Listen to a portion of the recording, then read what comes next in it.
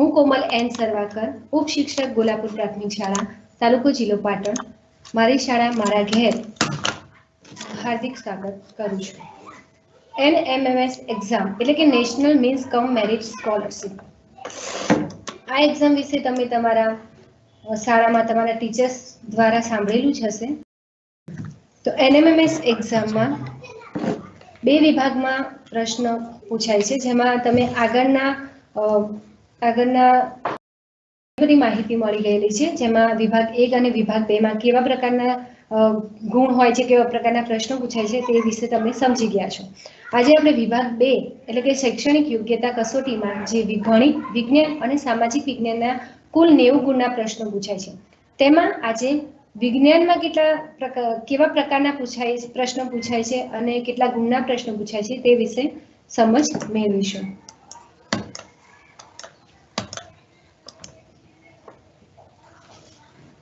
વિજ્ઞાનમાં કુલ 35 ગુણના પ્રશ્નો પૂછાય છે, જેનો અભ્યાસક્રમ ધોરણ 7 માં બંને સત્રનો અભ્યાસક્રમ આવરી લેવામાં આવે છે અને ધોરણ 8 માં પ્રથમ સત્રનો અભ્યાસક્રમ પૂછાય છે. આજે હું તમને વિજ્ઞાન વિષયમાં NMMS એક્ઝામના પાછલા કેટલાક વર્ષોમાંના પ્રશ્નપત્રમાં પૂછાતા કેટલાક પ્રશ્નો તમારી સમક્ષ રજૂ કરું છું અને આપણે એનું સોલ્યુશન મેળવીશું. પ્રથમ પ્રશ્ન જોઈએ. વનસ્પતિમાં ખાલી જગ્યા દ્વારા પાણી વહન પામે છે. સૌપ્રથમ પ્રશ્નને સમજવાનો પ્રયત્ન કરવો જરૂરી છે, ત્યારબાદ તમારે ઓપ્શન જોવા. તો અહીં વનસ્પતિમાં પાણીનું વહન કરવાનું કહ્યું છે, તો તમે વનસ્પતિના ભાગો વિશે તમને માહિતી હોવી જોઈએ. તો વનસ્પતિના ભાગો આપણે જાણીએ છીએ કે મૂળ, પ્રકાંડ, પર્ણ, ફળ અને ફૂલનો સમાવેશ થાય છે અને આ બધા ભાગોના કાર્યો વિશે પણ તમને માહિતી હોવી જોઈએ. તો અહીંયા મૂળ શું કાર્ય કરે છે? તો મૂળ એ પાણીનું શોષણ કરે છે અને ખનિજ ક્ષારોનું શોષણ કરે છે, પરંતુ આનું વહન કોણ કરશે? વનસ્પતિના દરેક ભાગો સુધી આ પાણી કેવી રીતે પહોંચશે? તો એ પાણી જલવાહક પેશી દ્વારા ત્યાં પહોંચે છે. ત્યારબાદ તમે અહીંયા ચિત્રમાં જોઈ શકો છો, પર્ણરંધ્ર વિશે પણ માહિતી આપવામાં આવેલી છે. પર્ણરંધ્ર શું કાર્ય કરે છે? તો પર્ણરંધ્ર એ પર્ણના નીચેની સપાટી પર આવેલા હોય છે નાના નાના છિદ્રો છે, જે પાણીનું બાષ્પોત્સર્જન કરવાની કાર્ય કરે છે. ત્યારબાદના ઓપ્શન જોઈએ કે અન્નવાહક પેશી. તો અન્નવાહક પેશી એ પર્ણ દ્વારા બનાવેલો ખોરાકને વનસ્પતિના જુદા જુદા ભાગો સુધી પહોંચાડવાનું કામ અન્નવાહક પેશી દ્વારા થાય છે. અને જલવાહક પેશીનું કાર્ય છે પાણીનું વહન કરવાનું, જે મૂળરોમ દ્વારા શોષાયેલા પાણીનું વહન કરવાનું. તો ઓપ્શન આપણે સમજી ગયા તો તરત જ આપણને જવાબ પણ ખ્યાલ આવી જશે કે આનો જવાબ છે ઓપ્શન એ, જલવાહક પેશી. પ્રશ્ન નંબર 2. અતિશય ઠંડી આબોહવામાં અનુકૂલન સાધવા માટે ધ્રુવીય રીંછ કઈ લાક્ષણિકતા ધરાવે છે? તો અહીંયા ધ્રુવીય રીંછની વાત કરવામાં આવી છે. ધ્રુવીય રીંછનું ચિત્ર પહેલા તમારા મગજમાં સ્પષ્ટ થવું જોઈએ. તમે રીંછ જોયેલા હશે, પરંતુ અહીંના રીંછ જે બ્રાઉન કે કાળા કલરના હોય છે, અહીંયા ધ્રુવીય રીંછની વાત કરવામાં આવી છે. તો ધ્રુવીય રીંછનું ચિત્ર તમારા મગજમાં સ્પષ્ટ થશે તો તરત જ તમે આનો આન્સર આપી શકશો. અહીંયા ધ્રુવીય રીંછ જુઓ, તે ધ્રુવીય પ્રદેશોમાં રહે છે. આથી ધ્રુવીય પ્રદેશો બરફથી છવાયેલા હોય છે, તેથી રીંછનો પણ જે રૂંવાટી હોય છે એ સફેદ કલરની હોય છે અને એનું ચરબીનું સ્તર પણ ખૂબ જ જાડું હોય છે, કારણ કે એને ઠંડી આબોહવામાં રક્ષણ મેળવવાનું હોય છે. સાથે સાથે તેને શિકારીથી બચવાનું છે અને શિકાર કરવાનો છે. આથી તેનો કલર બરફના જેવો જ કલર હોય છે, સફેદ કલર.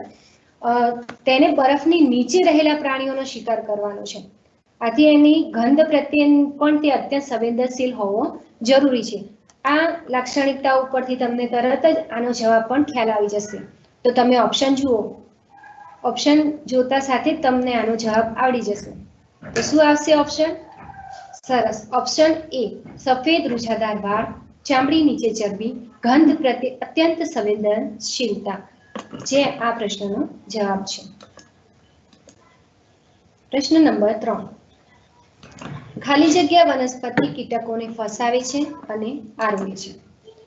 અહીં વનસ્પતિ કીટકોને ફસાવે છે અને એનું આરોગ્ય છે. આપણે પોષણ વિશે જાણીએ છીએ કે દરેક સજીવને પોષણ કેટલું જરૂરી છે.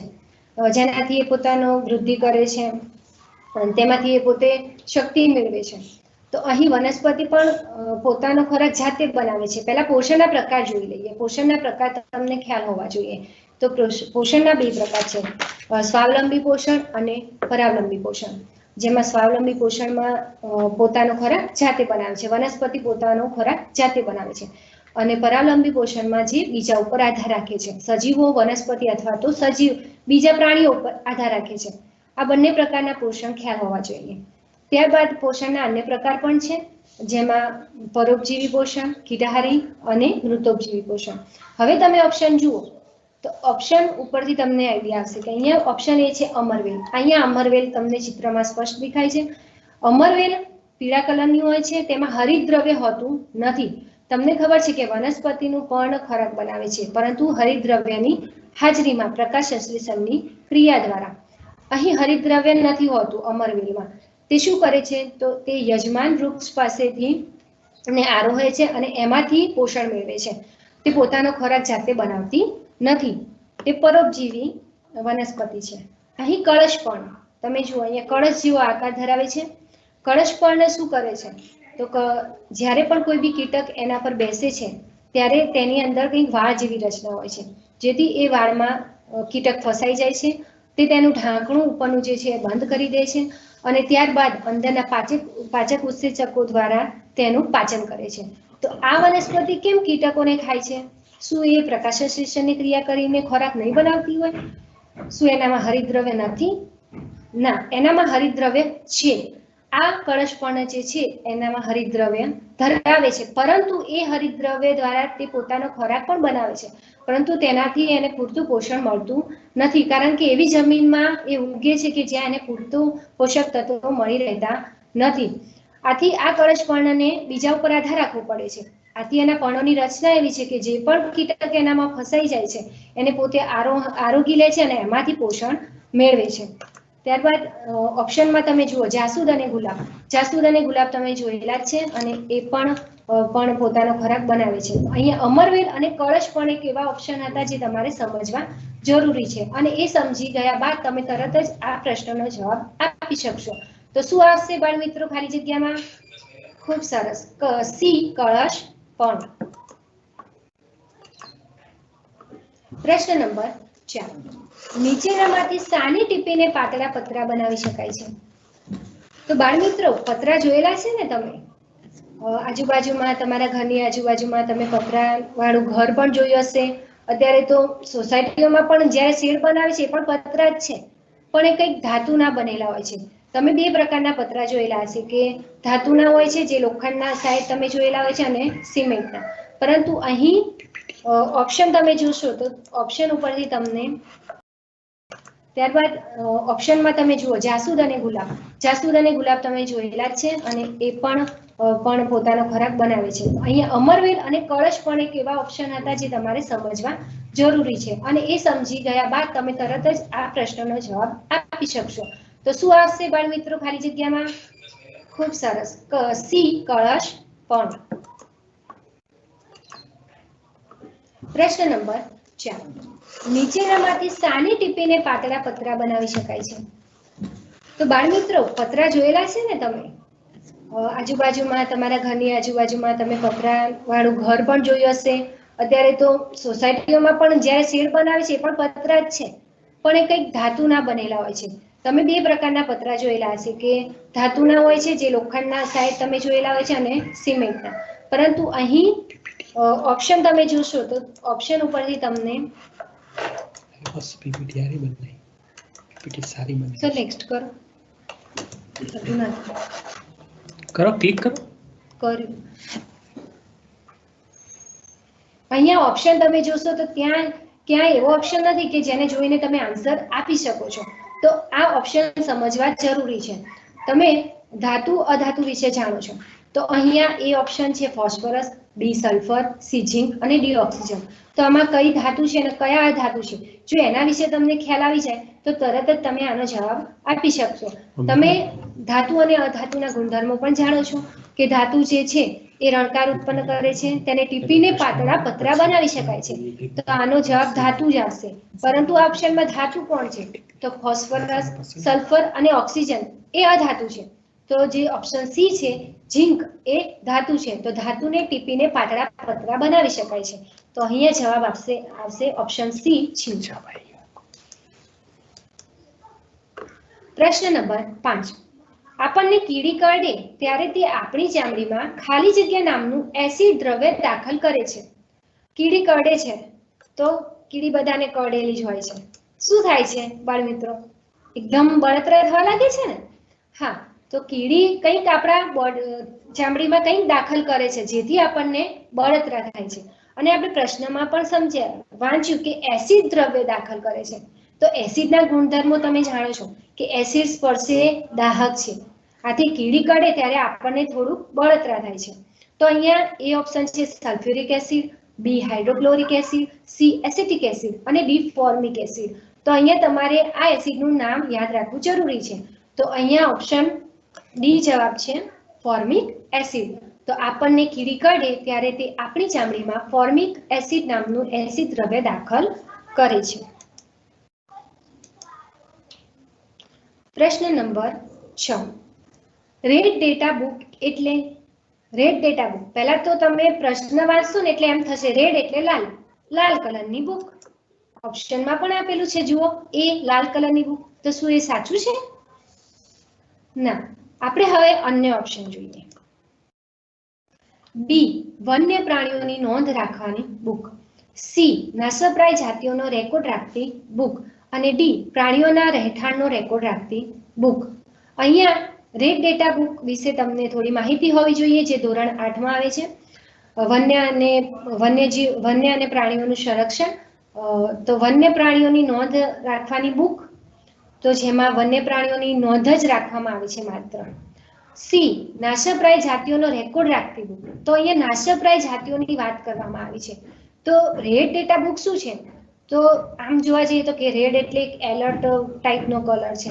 તો એ રીતે કંઈક એમાં એવી માહિતી આપી હશે કે જે ખૂબ જ મહત્વ ધરાવતી હશે. તો અહીંયા ઓપ્શન વાંચતાની સાથે તમને થોડોક આઈડિયા આવશે કે નાશપ્રાય જે પ્રાણીઓ લુપ્ત થઈ રહ્યા છે, જેનો નાશ થતો જાય છે, દિવસે ને દિવસે એમની વસ્તી ઘટતી જાય છે, એવી જાતિઓનો રેકોર્ડ રાખતી બુક જે છે એ રેડ ડેટા બુક હોઈ શકે. અહીંયા એના કેટલાક ચિત્ર પણ છે. અહીંયા વનસ્પતિ છે, જેના વનસ્પતિ જાતિ પણ આવી શકે છે અને પ્રાણીઓની અલગ અલગ જુદી જુદી પ્રકારની જાતિઓનો પણ સમાવેશ થાય છે. તો અહીંયા જવાબ છે ઓપ્શન સી નાશપ્રાય જાતિઓનો રેકોર્ડ રાખતી બુક. ફરીથી એવો જ એક પ્રશ્ન છે. આ પ્રશ્ન 2-3 સાલના પ્રશ્નપત્રમાં પૂછાઈ ગયેલો છે એટલે મેં ફરીથી લીધેલો છે. અહીંયા પ્રશ્ન નંબર 7 છે એ રેડ ડેટા બુક એવું પુસ્તક છે કે જેમાં ખાલી જગ્યાનો રેકોર્ડ રાખવામાં આવે છે. આગળનો પ્રશ્ન હતો કે રેડ ડેટા બુક એટલે શું? અને આ પણ એક એવો જ પ્રશ્ન છે પણ થોડીક વાક્ય રચના અલગ છે. તો અહીંયા આગળના પ્રશ્નના જવાબ સાથે તમે અહીંયા પણ ખ્યાલ આવી જશે કે અહીંયા શું જવાબ આવી શકે. તો અહીંયા શું આવશે જવાબ બાળ મિત્રો? તો અહીંયા જવાબ આવશે સી નાશપ્રાય જાતિઓ. પ્રશ્ન નંબર 8. સરકારે અમલમાં મૂકેલ પ્રોજેક્ટ ટાઈગરનો ઉદ્દેશ્ય શું છે? અહીં પ્રોજેક્ટ ટાઈગર એટલે વાઘ, તમે બધા જાણો છો. તો સરકારે એક પ્રોજેક્ટ મૂકેલો છે પ્રોજેક્ટ ટાઈગર. તો એ શાની માટેનો, એનો ઉદ્દેશ્ય શું હોઈ શકે? આપણને ખ્યાલ છે અત્યારે કે વાઘની વસ્તી દિવસે ને દિવસે ઘટી રહી છે. તો કંઈક વાઘની વસ્તીનું સંરક્ષણ, એની વસ્તીની જાળવણી કરવા માટે આ પ્રોજેક્ટ મૂકેલો હોવો જોઈએ. તો આપણે ઓપ્શન જોઈએ. એ વાઘથી માનવ વસ્તીનું સંરક્ષણ.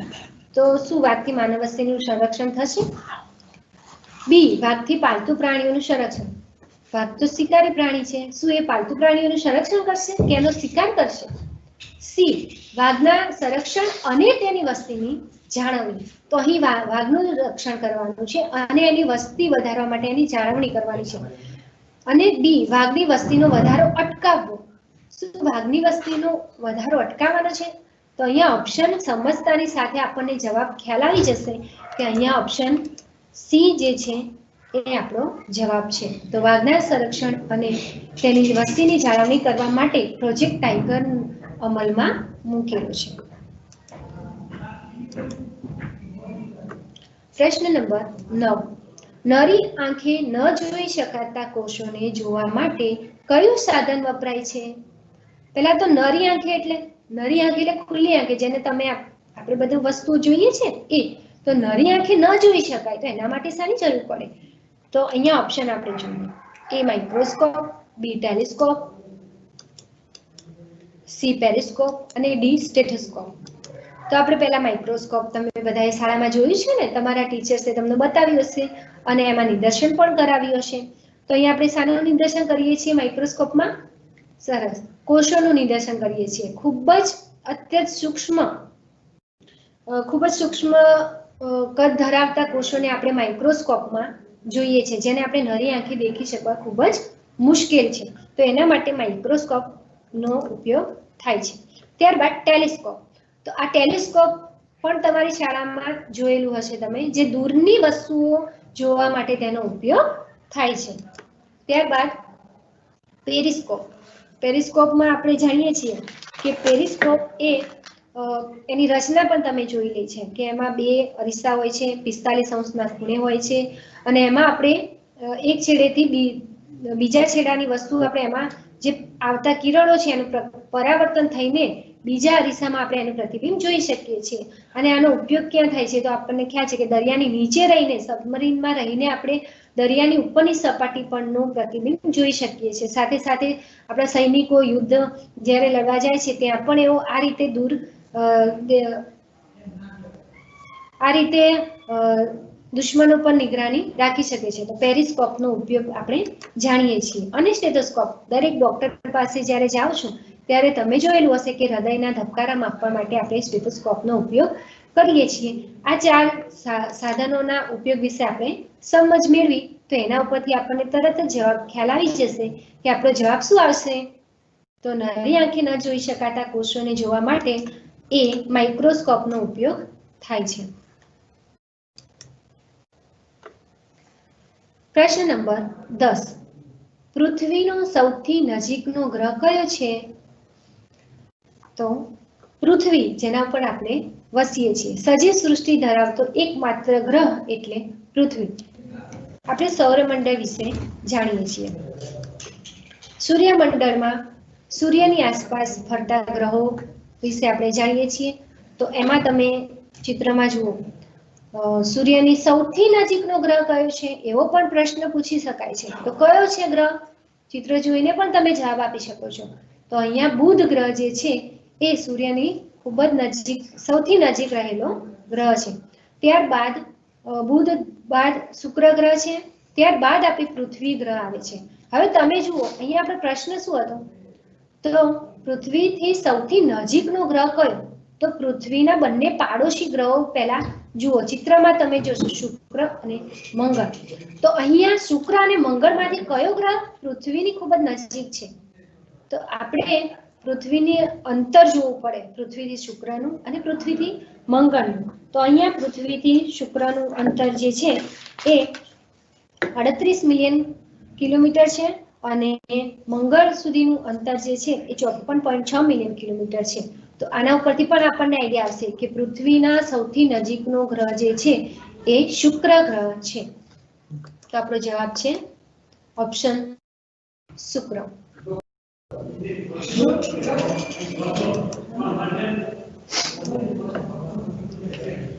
પ્રશ્ન નંબર 11. શ્વેતકણ માનવ શરીરના કયા તંત્રના કોષો ગણાય છે? તો અહીંયા માનવ શરીરની રચનાની જાણકારી તમારી પાસે હોવી જરૂરી છે. માનવ શરીરમાં કેટલા પ્રકારના તંત્રો છે એની માહિતી પણ તમને હોવી જોઈએ. તો આપણે ઓપ્શન જોઈએ પહેલા. તો એમાં બધા પ્રકારના તંત્રોના લગભગ ઓપ્શન આપેલા છે. એ ઓપ્શન જે છે એ પાચન તંત્ર, બી શ્વસન તંત્ર, સી પ્રજનન તંત્ર અને ડી રુધિર પરિવહન તંત્ર. હવે અહીંયા આકૃતિમાં જુઓ, આ કયું તંત્ર છે? બાળ મિત્રો, ચિત્ર જોઈને પણ તમને યાદ આવી જશે. તો આ પાચન તંત્ર છે. પાચન તંત્ર શું કાર્ય કરે છે? તો ખોરાકને ગ્રહણ કરવાનું અને તેનું પાચન કરવાનું કાર્ય કરે છે. ત્યારબાદ આ શ્વસન તંત્ર છે. તો શ્વસન તંત્રનું કાર્ય પણ તમે જાણો છો. શ્વાસોશ્વાસની ક્રિયા સાથે સંકળાયેલું આ તંત્ર છે. પ્રજનન તંત્ર જે નવો સજીવ ઉત્પન્ન કરવાની ક્રિયા સાથે સંકળાયેલું તંત્ર છે. અને રુધિર પરિવહન તંત્ર આપણા આખા શરીરમાં રુધિરનું પરિવહન કરતું તંત્ર એટલે રુધિર પરિવહન તંત્ર જે હૃદય સાથે જોડાયેલું છે. હૃદય આપણા શરીરના જુદા જુદા ભાગો સુધી રુધિર પહોંચાડવાનું કાર્ય કરે છે.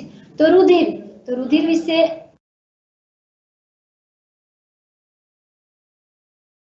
જુદા ભાગો છે. તો રુધિર રસ, રક્તકણ, શ્વેતકણ એના વિશે આપણને માહિતી હોવી જરૂરી છે. તો કટકું તો પેલું થઈ જશે ને?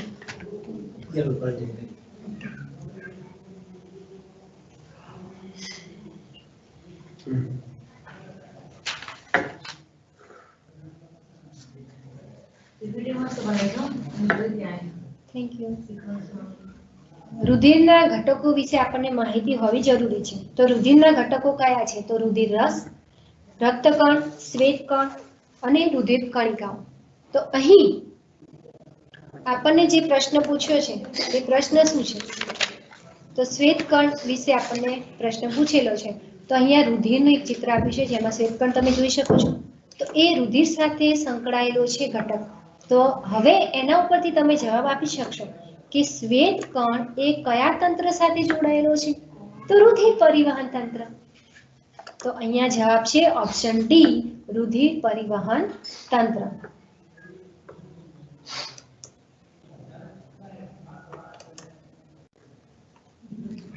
પ્રશ્ન નંબર 12.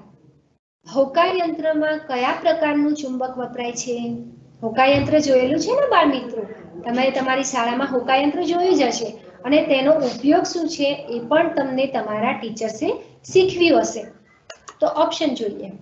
એ ગજિયો, બી નળાકાર, સી સોયાકાર અને ડી કંકણાકાર.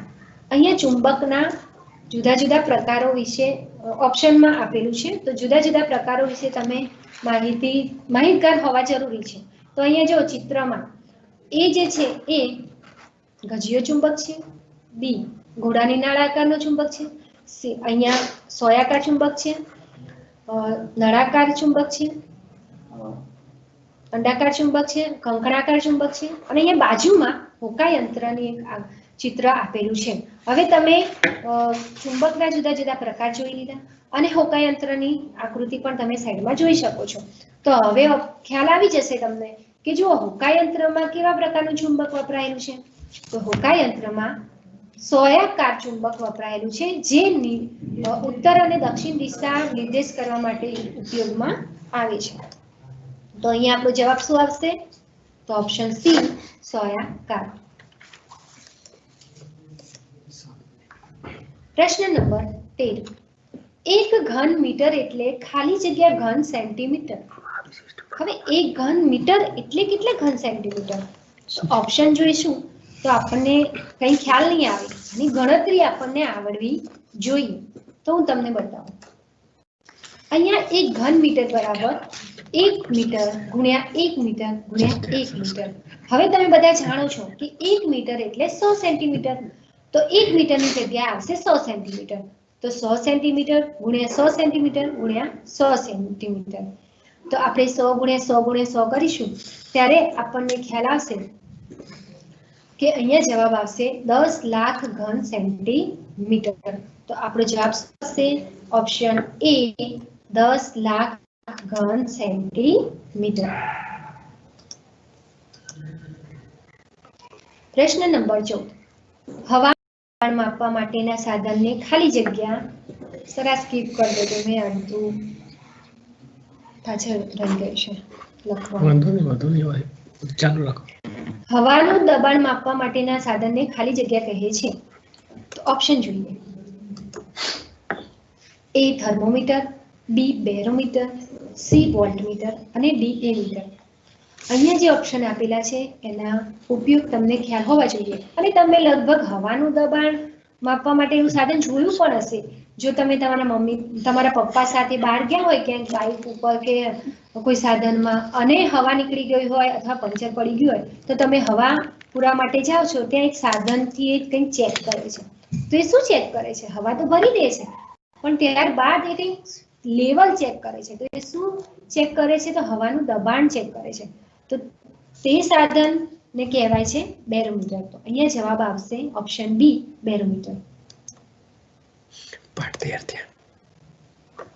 પ્રશ્ન નંબર 15. જમીન વિના ખેતી કરવાની પદ્ધતિ કઈ છે? બાળ મિત્રો, જમીન વિના ખેતી થાય? થાય. કેમ ન થાય? પ્રશ્ન છે અને તમે સમજ્યા પણ હશો તમારા ટીચર્સ પાસે. તો આપણે પેલા ઓપ્શન જોઈએ. એ કિચન ગાર્ડન. કિચન ગાર્ડન એટલે શું? તો કિચન ગાર્ડન એટલે કે તમારા ઘરની આસપાસ તમે કંઈક નાનો ગાર્ડન બનાવો જેમાં તમે કંઈક શાકભાજી કે ફળો ની ખેતી કરો તો એ કિચન ગાર્ડન છે. ત્યારબાદ બાગાયતી ખેતી. તો બાગાયતી ખેતી એટલે કે ફળ અને ફૂલોની ખેતી. C hydroponics. આ કંઈક નવો શબ્દ આવ્યો, હાઇડ્રોપોનિક્સ. તો એ શું છે હાઇડ્રોપોનિક્સ? તો અહીંયા જો એક ચિત્ર આપેલું છે.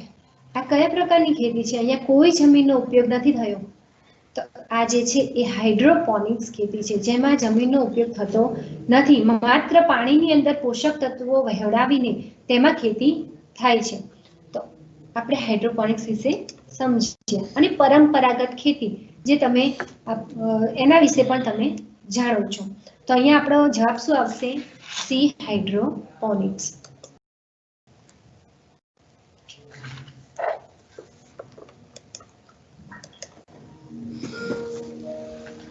પ્રશ્ન નંબર 16. નીચેનામાંથી વિદ્યુત ઉત્પન્ન કરતું સાધન કયું છે? ઓપ્શન જોઈએ. એ બલ્બ, બી સ્વિચ, સી સેલ અને ડી વાહકતા. બલ્બ બધાએ જોઈ લો. 17-11. બેન એવું નાની ભૂલ જવા દેવાનું. નાની ભૂલ જવા દેવાનું. સોરી. એ બલ્બ. તો બલ્બ એ વિદ્યુત ઉર્જાનો ઉપયોગ કરે છે. બી સ્વિચ. સ્વિચ પર એ વિદ્યુત ઉર્જાને ચાલુ બંધ કરવા માટે યુઝ થાય છે. C cell. સેલ એ વિદ્યુત કોષ વિશે તમે જાણો છો.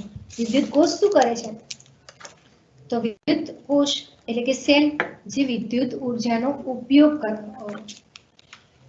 વિદ્યુત ઉર્જાનો એમાંથી ઉપયોગ થાય છે. તમે ઘડિયાળમાં અને ટોર્ચમાં આ પ્રકારના તમે સેલ જોયેલા જ હશો. તો એ શું કાર્ય કરે છે? વિદ્યુત ઉર્જાનો ઉપયોગ કરે. આપણો જવાબ. અને વાહકતા. વાહકતા એ પરિપથમાં વપરાય છે. તો અહીંયા આપણો જવાબ શું આવશે? C cell.